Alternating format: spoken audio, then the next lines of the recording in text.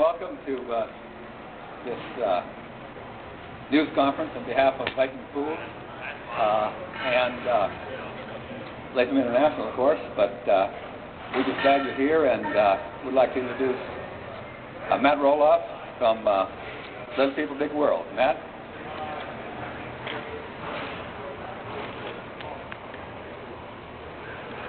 Thank you.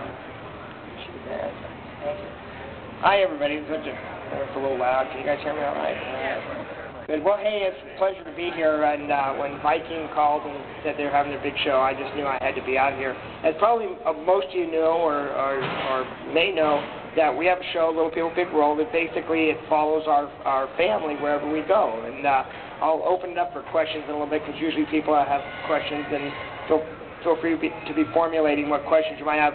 People always ask, like, how often do they film, and are they really in your house, and all that kind of stuff, so I can try to describe some of that. But, part of the show, works hard to kind of make a story, but at the same time, all these stories are real. They're not scripted, so we don't have writers that sit down and say, wouldn't it be interesting for Matt to go off and be diagnosed with, diabetes and need exercise and put a pool? And they don't do it that way. These stories sort of develop on their own.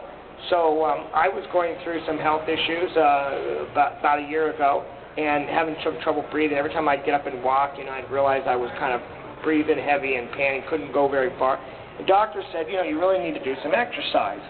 And then the subject of a swimming pool, I'm like, well, what kind of exercise? Kind of hard. So the subject of a pool came up. And, of course, the cameras were rolling when we did all this, when I was in the doctor's office. The way that works is like you'd go to the doctor and then they would film. Maybe you'd have a couple of minutes by yourself with your doctor, and then they would come in and hear the summary. People wonder, did the film crew actually film while you're in the doctor's? Actually, they do, but not for the entire time. But anyway, they came in and they filmed this, and later we got to scratching our heads about, the idea of a pool. And we had a little above ground, like a small 12-foot pool that the kids had used, growing up.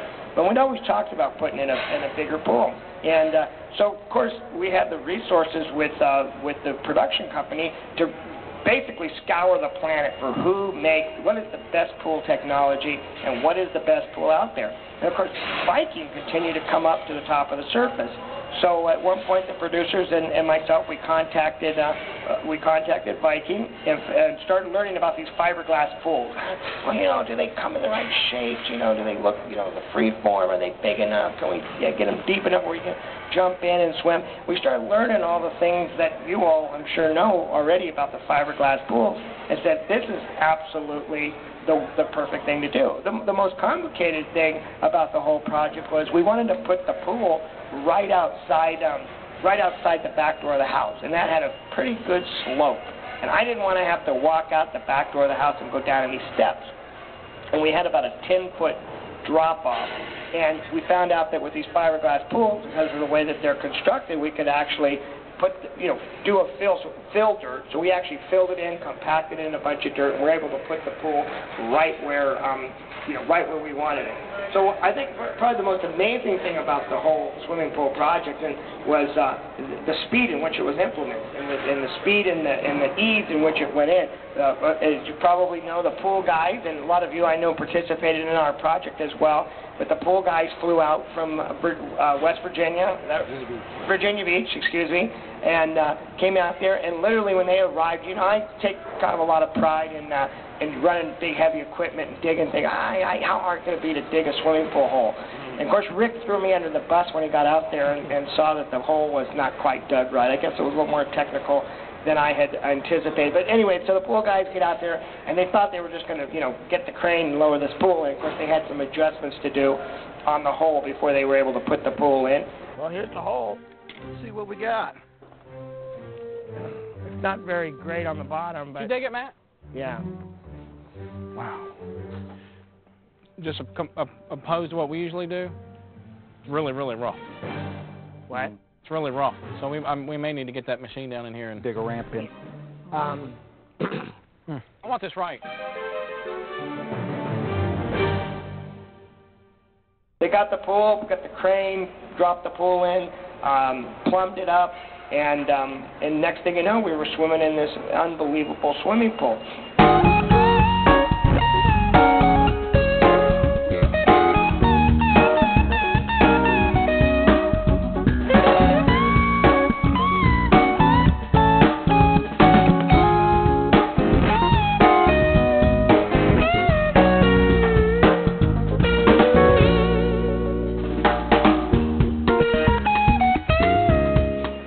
we did this last summer, so we haven't even got a full summer. I think it was midsummer, mid to late summer. So we haven't even got a full season. Of course, right now in Oregon, it's like, I don't know if it was 25 degrees when I left. And my little boy, Jacob, is an absolute water monger. He never comes out of that pool. And he was just about a week ago, just about near freezing. And he said, Dad, can I turn the heater on in the pool? And I said, no, we've had that heater off. You know, we've had the heater off now for a month or so, you know, waiting for the coldest part of our season to go away. He goes, I said, no, you can't turn the heater on in the pool right now. It's wintertime. He goes, but Dad, we got that cover. And that cover just holds that heat in. I said, what are you going to do, swim underneath the cover? He goes, well, that's what I was thinking. No.